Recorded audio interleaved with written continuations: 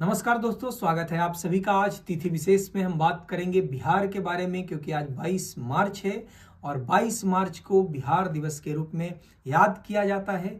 अब तक जब हम बिहार की बात करते हैं या बिहारियों से बात करते हैं तो बिहार की अतीत और इतिहास की बात करते हैं। आखिर करें भी क्यों ना बिहार की अतीत और इतिहास की बात, क्योंकि बिहार की अतीत और इतिहास इतनी गौरवशाली रही है कि हमें बात करना ही होगा।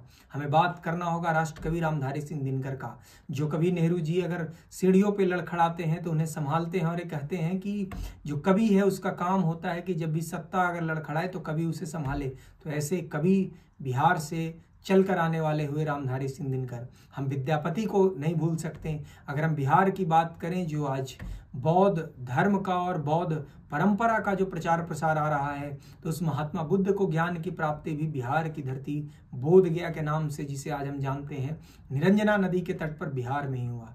जो जैन मुनि हैं, जैन परंपरा को मानने वाले लोग हैं, उनके लिए बहुत ही पूजनीय और हम सब के लिए आदर्श है महावीर। तो भगवान महावीर की अगर बात करें तो उनकी भी स्थली रही है बिहार। अगर हम बात करें अपने सिख परंपरा को मानने वाले लोगों की, तो गुरु गोविंद सिंह की धरती है बिहार। अगर हम आज़ादी में जिनका योगदान रहा, जो हमारे पास जो आक्रमणकारी आए, अंग्रेजों की गुलामी हुई, तो गुलामी की बेड़ियों को अगर तोड़ने के लिए बिहार की भूमि की बात करें तो आपको याद करना होगा बाबू वीर कुंवर सिंह का, जो कि एक वृद्ध अवस्था में किस तरीके से तलवार उठाया और तलवार उठा करके अंग्रेजों को ललकारने का काम किया। साथ ही बिहार के आज़ादी की संग्राम की बात हो या जब भारत अपना देश आज़ाद हुआ हो, तो उसके बाद की बिहार के योगदान की बात करें तो आपको कौन राजेंद्र प्रसाद को भूल सकता है। बिहार के लाल राजेंद्र प्रसाद देश के आज़ादी के बाद भारत के पहले राष्ट्रपति बने, जो कि राष्ट्रपति भारत का पहला नागरिक भी होता है। यानी एक बिहारी जो भारत का पहला राष्ट्रपति भी बनता है, वो हुए राजेंद्र प्रसाद। बिहार की अगर धरती की बात करें, बिहार की अगर योद्धाओं की बात करें, तो बिहार विभिन्न क्षेत्रों में, चाहे वो कला जगत का क्षेत्र हो तो मनोज बाजपेयी हों, पंकज त्रिपाठी हों, लोगों के दिलों में राज करते हैं। अगर आप पत्रकारिता के क्षेत्र की बात करें, अभिनय के क्षेत्र के और दूसरे आयामों की बात करें या राजनीति की बात करें, हर क्षेत्र में योगदान मिलेगा। बिहार वो धरती है जहाँ गंगा प्रवाहित होती है। बिहार वो धरती है जहाँ हरिहर छत्र और सोनपुर का जो मेला है वो एशिया में सबसे प्रसिद्ध है। तो ऐसा है बिहार का आतिथ्य। साथ ही बिहार की बात करेंगे तो आर्यभट्ट की जो योगदान है, खगोल विज्ञान में हो या गणित में हो, तो आर्यभट्ट की भी धरती है। चंद्रगुप्त की धरती है। जब हम शासन व्यवस्था की बात करते हैं, ऐतिहासिक या इतिहास को अगर हम पढ़ते हैं, तो चंद्रगुप्त की जो शासन प्रणाली है, वहाँ से सुव्यवस्थित व्यवस्था को संचालित करने की परंपराएं हमें सीखने को मिलता है। तो उसकी धरती भी बिहार रहा है। साथ ही सम्राट अशोक को कौन भूल सकता है।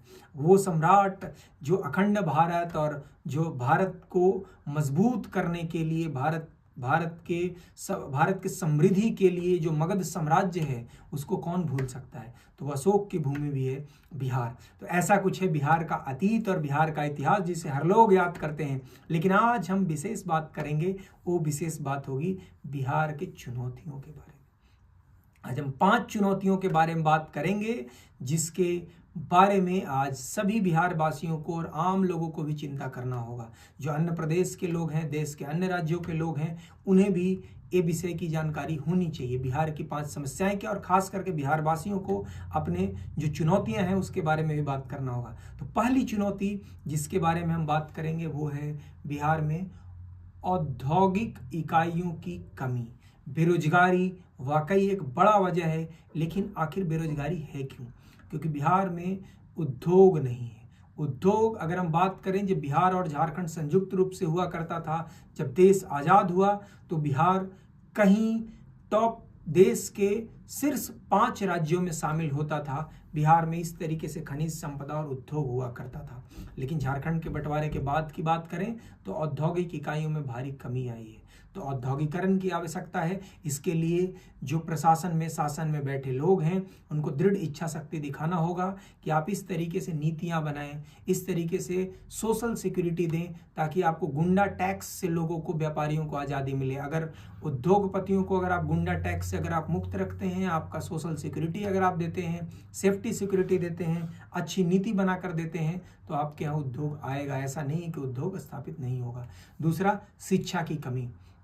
कभी पटना यूनिवर्सिटी जो है नॉर्थ का ऑक्सफोर्ड के नाम से जाना जाता था, लेकिन आज बिहार का कोई भी ऐसा महाविद्यालय या बिहार का ऐसा कोई भी विश्वविद्यालय नहीं है जो शीर्ष के 50 या 100 जो रैंकिंग है, NIRF की रैंकिंग या विभिन्न रैंकिंग है, उसमें भी आता हो।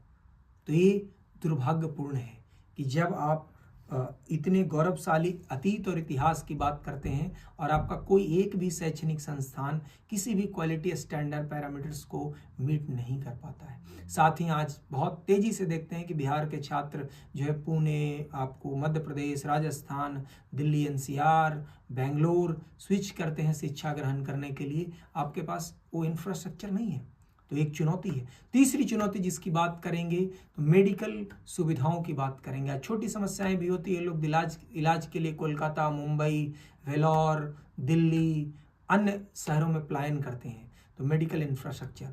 चौथी, बुनियादी जो ज़रूरतें हैं, चाहे वो एक्सप्रेसवे की ज़रूरत की बात करें, या बिहार इस बात के लिए भी जाना जाता है कि पुल बनाया जाता है नदियों पे और पुल हवा में उड़ जाता है।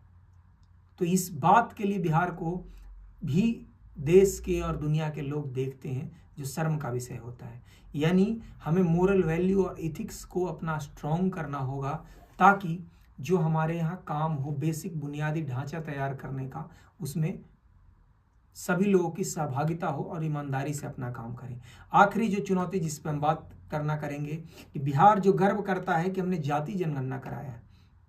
एक ऐसा राज्य जिसे बीमारू राज्य के श्रेणी में रखा जाता है, वो बिहार इस बात पे गर्व करता है कि मैं एक बीमारू राज्य हूं, मैं गरीब प्रदेश हूं, और हमने 500 करोड़ रुपए खर्च किए किस बात में? तो बिहार में कितनी जातियां हैं? आपने 200 जातियां, लगभग 100 से अधिक जातियां गिनने में 500 करोड़ खर्च कर दिया गया।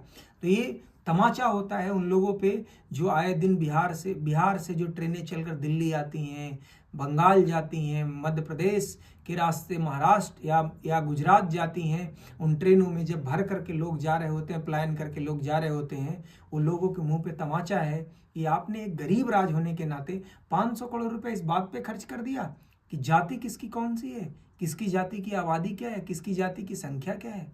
ये अपने राजनीतिक लाभ के चक्कर में जो जाति की जो खाई है, इसको जो गहरा करने का काम हो रहे हैं, ये भी एक बिहार के लिए चुनौती है। इस तरीके से तिथि विशेष पे हम विभिन्न राज्यों के बारे में भी बात करते रहेंगे। आज संक्षिप्त में हमने आपसे बिहार के बारे में बात किया।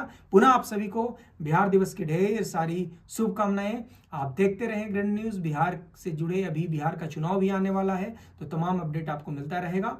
आप हमें यूट्यूब पे देख रहे हैं तो चैनल को सब्सक्राइब कर लें। धन्यवाद।